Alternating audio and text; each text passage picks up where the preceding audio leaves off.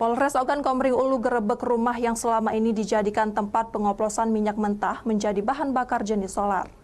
Dari rumah tersebut, polisi juga amankan 1 ton BBM solar.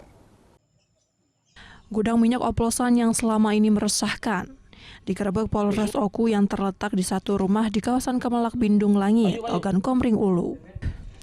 Puluhan drum jerigen dan 1 buah tandon ukuran 1.500 liter full berisi minyak jenis solar ditemukan petugas.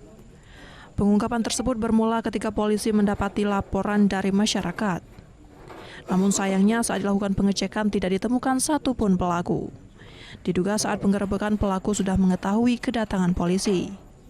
Saat ini polisi masih memburu pelaku yang identitasnya sudah dikantongi. Informasi dari masyarakat, tadi malam informasinya masuk jam 9, sekitar jam 9 informasinya masuk. Kemudian kita kumpulin anggota 9.30 langsung bergerak ke sini menemukan ini semua. Kita olah TKP karena keterbatasan pencahayaan, jadi olah TKP kita lanjutkan lagi untuk